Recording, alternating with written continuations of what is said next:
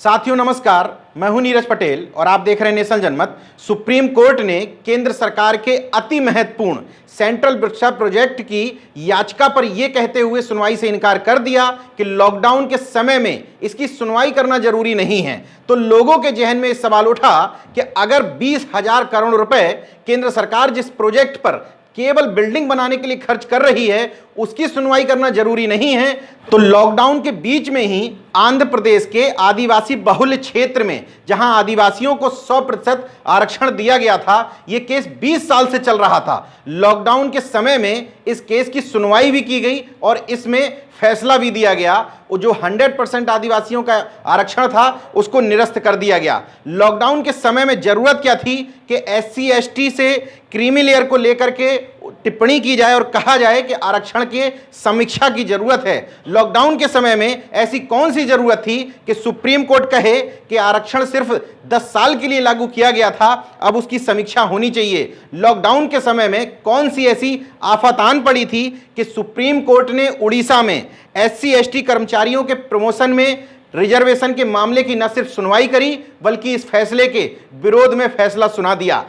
इतना ही नहीं, मजदूरों की समस्याओं पर खामोश रहने वाली ये सुप्रीम कोर्ट मजदूरों से जुड़ी हुई याचिका को 1 हफ्ते से ज्यादा लटका करके रखती है, लेकिन सरकार के चाटुकार पत्रकार अर्णव गोस्वामी से जुड़ी हुई याचिका को कोर्ट में ले लेती है और अगले दिन ही सुबह 8 बजे उस पर सुनवाई भी कर देती है। इन सारे फैसलों पर सवाल इसलिए उठते हैं क्योंकि इन सभी फैसलों से जस्टिस अरुण मिश्रा जुड़े हुए थे, जो SC ST एक्ट के खिलाफ फैसला देने से भी जुड़े थे, संत रविदास के मंदिर के गिराने के फैसले से भी जुड़े हुए थे, इसके अलावा 13 पॉइंट रोस्टर के फैसले से भी जुड़े हुए थे।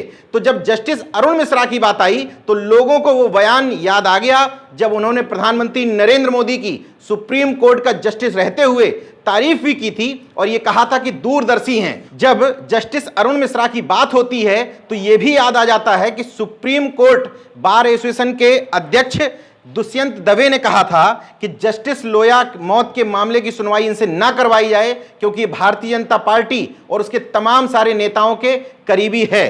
का मतलब जब इस तरह के मामले सामने आते हैं तो पहला सवाल उठता है सत्ता और न्यायपालिका के गठजोड़ पर और दूसरा सवाल उठता है कोलोजियम सिस्टम पर। इसलिए क्योंकि सुप्रीम कोर्ट और हाई कोर्ट के जज अपने लोगों के बीच में से ही बिना कोई परीक्षा पास किए हुए वकीलों को, जो सरकारी वकील होते हैं यानी कि सरकार के चाटुकार होते हैं या किसी जज के भाई भतीजा नाते रिश्तेदार होते हैं, उन्हीं में से किसी व्यक्ति को चुन करके हाई कोर्ट और सुप्रीम कोर्ट का जज बना दिया जाता है। सवाल इसलिए भी उठते हैं कि सामान्य सा जुडिशियल मजिस्ट्रेट बनने के लिए, सिविल जज बनने के लिए, CGM बनने के लिए, DJ बनने के लिए एक परीक्षा पास करनी पड़ती है, स्टेट की परीक्षा PCSJ। लेकिन हाई कोर्ट का जज बनने के लिए, सुप्रीम कोर्ट का जज बनने के लिए आपको कोई परीक्षा पास नहीं करनी पड़ती। आपके पास 10 साल अधिवक्ता बनने का अनुभव हो, और किस तरह का अधिवक्ता, यह बात किसी से छुपी हुई नहीं है। इसके अलावा आप किसी के नाते रिश्तेदार हों और आप किसी खास जाति में जन्मे हो तो आप हाई कोर्ट और सुप्रीम कोर्ट के जज बन जाएंगे। मजदूरों की समस्याओं के बाद भी सुप्रीम कोर्ट की बेरुखी को दुष्यंत दवे के इस बयान से आप समझ सकते हैं कि कोलोजियम सिस्टम में मेरिट को पूरी तरीके से नजरअंदाज किया जाता है। ऐसे जज नियुक्त होते हैं जो ऊंचे और बड़े लोगों को राहत देते हैं और आम आदमियों के मामले को नाकाम बना देते हैं। भारत में आम आदमी का मतलब है वंचित वर्ग, और वंचित वर्ग का मतलब है मोस्टली OBC SC ST के लोग। इसलिए सुप्रीम कोर्ट में कोलोजियम सिस्टम का मामला प्रथम दृष्टया तो भाई भतीजावाद, वंशवाद, नाते रिश्तेदारीवाद का लगता है, लेकिन अगर आप इसको गौर से समझें तो यह पूरी तरीके से जातिवाद का मामला भी है। इलाहाबाद हाई कोर्ट के एक जस्टिस हैं रंगनाथ पांडे, उन्होंने प्रधानमंत्री नरेंद्र मोदी के नाम एक पत्र लिखा जिसमें इस कोलोजियम सिस्टम की बखियां उधेड़ते हुए उन्होंने लिखा, न्यायपालिका दुर्भाग्यवश वंशवाद और जातिवाद से ग्रसित है। यहां जजों के परिवार से होना ही अगला न्यायाधीश होना सुनिश्चित करता है। तो इसलिए इन सारे फैसलों पर सवाल उठ रहे हैं कि जब देश में किसी भी नौकरी को पाने के लिए परीक्षा होती है तो हाई कोर्ट और सुप्रीम कोर्ट के जज बनने के लिए जो पूरे देश भर की यानी कि संविधान का पालन करवाते हैं, बड़े बड़े फैसले देते हैं, इतने ऊंचे ओहदे तक पहुंचने के लिए राष्ट्रीय न्यायिक चयन आयोग यानी कि नेशनल जुडिशरी कमीशन का गठन क्यों नहीं किया जा रहा है? जब आईएएस की परीक्षा हो सकती है, आईपीएस, पीसीएस, तमाम जेई बनने तक के लिए, बाबू बनने तक के लिए, असिस्टेंट प्रोफेसर बनने के लिए, यहां तक कि प्राइमरी शिक्षक बनने तक के लिए 3-3 परीक्षाएं हो सकती हैं, तो सुप्रीम कोर्ट और हाई कोर्ट का जज बनने के लिए कोई परीक्षा क्यों नहीं की जा रही है? यह पूरी तरीके से वंशवाद और जातिवाद का मामला इसलिए भी है क्योंकि वर्तमान में सुप्रीम कोर्ट में कोई भी एससी का जज नहीं है।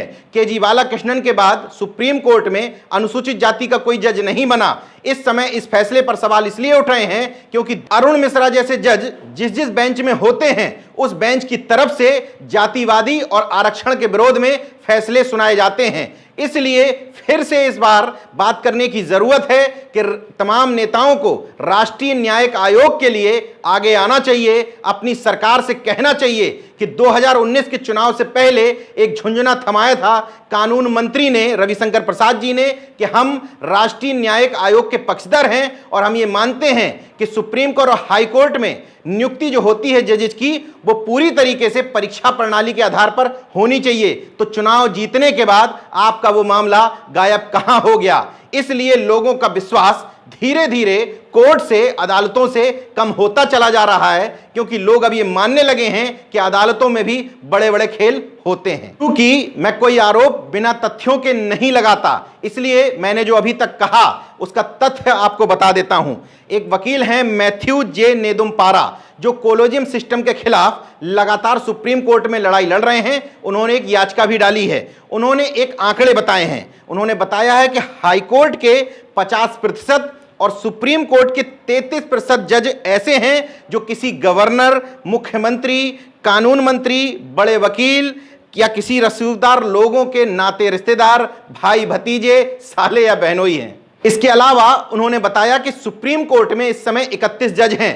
उन 31 जजों में से 6 जज ऐसे हैं जो पूर्व जजों के बेटे हैं। इसके अलावा 4 अन्य जस्टिस ऐसे हैं जो उनके कहीं से नाते रिश्तेदार हैं। इसके अलावा उन्होंने 13 हाई कोर्ट का सर्वे किया है। उन 13 हाई कोर्ट में जितने जस्टिस हैं उनमें से 88 जस्टिस ऐसे निकल आए जो किसी सरकारी वकील या न्यायपालिका से जुड़े हुए किसी जज या किसी ओहदेदार व्यक्ति के नाते रिश्तेदार हैं। उनके इस कथन की पुष्टि 2016 में वरिष्ठ पत्रकार प्रभात रंजन दीन द्वारा की गई एक रिपोर्ट करती है। उस रिपोर्ट में उन्होंने बताया था कि इलाहाबाद हाई कोर्ट से सुप्रीम कोर्ट के लिए जो लिस्ट भेजी गई थी उसमें तत्कालीन मुख्य न्यायाधीश के बेटे, इसके अलावा बीजेपी नेता जो इस समय राज्यपाल हैं केसरीनाथ त्रिपाठी के बेटे Neeraj Tripathi, chief justice of India रहे बीएन खरे के बेटे सोमेश खरे, आंध्र प्रदेश हाई कोर्ट के चीफ जस्टिस रह चुके सगीर अहमद के बेटे मोहम्मद अल्ताफ, इलाहाबाद हाई कोर्ट के जस्टिस रह चुके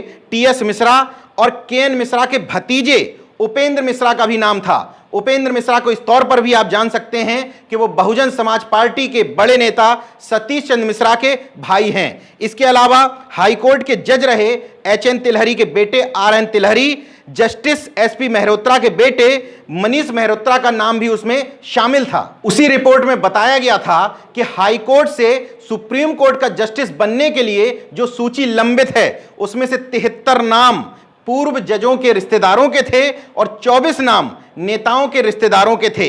इसके अलावा उसी रिपोर्ट में उन्होंने बताया कि चीफ जस्टिस ऑफ इंडिया रह चुके वाईवी चंद्रचूड़ के बेटे डीवाई चंद्रचूड़ जो इलाहाबाद हाई कोर्ट से वर्तमान में सुप्रीम कोर्ट आ गए हैं, उन्होंने सुप्रीम कोर्ट जाने से पहले 50 नामों की एक लिस्ट सुप्रीम कोर्ट का जस्टिस बनने के लिए भेजी थी। उसमें भी अधिकांश नाम जजों के और नेताओं के नाते रिश्तेदारों के थे। इसी तरीके से सन 2000 में जिस समय अटल बिहारी वाजपेयी की सरकार थी, कानून मंत्री हुआ करते थे राम जेठमलानी। उस समय तमाम सारे हाई कोर्ट्स में से 159 नाम सुप्रीम कोर्ट के जज बनने के लिए भेजे गए थे। उन 159 नाम में से 90 नाम इन्हीं सब लोगों के नाते रिश्तेदारों के थे। उस समय हंगामा मचा था, विरोध हुआ था, तो कानून मंत्री राम जेठमलानी ने उस लिस्ट को निरस्त कर दिया था। तो मैंने आपको चंद नाम बताए। हकीकत यह है कि जब जस्टिस की नियुक्ति में सरकार का दखल रहता था, उस समय भी वंशवाद और जातिवाद हावी रहता था। 1990 के बाद जब कोलोजियम सिस्टम प्रभाव में आया, उसमें भी पूरी तरीके से वंशवाद और जातिवाद का बोलबाला है। उसका एक फायदा यह है कि वो लोग जो सुप्रीम कोर्ट या हाई कोर्ट में जस्टिस होते हैं, उनके नाते रिश्तेदार उन्हीं के अंडर में प्रैक्टिस करना शुरू कर देते हैं। एक सामान्य धारणा यह है कि ऐसे व्यक्ति को केस ज्यादा मिलता है और मोटी फीस मिलती है जिसका पिता या कोई नाते रिश्तेदार इन अदालतों में जज बना बैठा है, क्योंकि गेटिंग सेटिंग के खेल से इन वकीलों के लिए आसान हो जाता है अपने रिश्तेदारों से किसी भी पक्ष में फैसला सुनवाना। इसलिए इस कोलोजियम सिस्टम पर सवाल उठाते हुए लोग कहते हैं कि न्याय के मूलभूत सिद्धांतों के खिलाफ है। आम आदमी को इस सिस्टम में न्याय मिलने की उम्मीद न्यूनतम हो जाती है, और आम आदमी का मतलब ओबीसी, एससी, एसटी वर्ग को न्याय मिलने की उम्मीद, उनके अधिकारों के पालन की उम्मीद अति न्यूनतम स्तर तक पहुंच जाती है और पहुंच गई है। कुल मिलाकर के नेशनल जनमत ये वीडियो आपके सामने लेकर के इसलिए आया था कि अपने जाति के जिन तथाकथित रहनुमाओं को आप पूछते हैं, माला पहनाते हैं, उनसे सवाल करिए कि सुप्रीम कोर्ट में जब तक आरक्षण व्यवस्था या सुप्रीम कोर्ट में मेरिट के आधार पर, इसका मतलब न्यायिक परीक्षा के आधार पर जस्टिस की नियुक्ति नहीं होगी, तब तक न्याय के नैसर्गिक सिद्धांत का पालन ओबीसी, एससी, एसटी के साथ तो छोड़िए, जनरल की भी अन्य जातियों के साथ नहीं हो सकता। जस्टिस रंगनारायण पांडे जैसे तमाम सारे जस्टिस इस कोलोजियम सिस्टम पर इसलिए समय समय पर सवाल उठाते रहे हैं क्योंकि ये जातिवादी होने के साथ ही भयानक तरीके से वंशवादी भी है। देखते रहिए नेशनल जनमत, जागरूक और सजग बने रहिए। जय विज्ञान, जय संविधान, जय लोकतंत्र। धन्यवाद। तो अगर आपने मेरा YouTube चैनल सब्सक्राइब नहीं किया तो प्लीज़ सब्सक्राइब कर लें और उस बेल आइकन पर जरूर क्लिक करें, जिससे जो मेरे न्यू वीडियो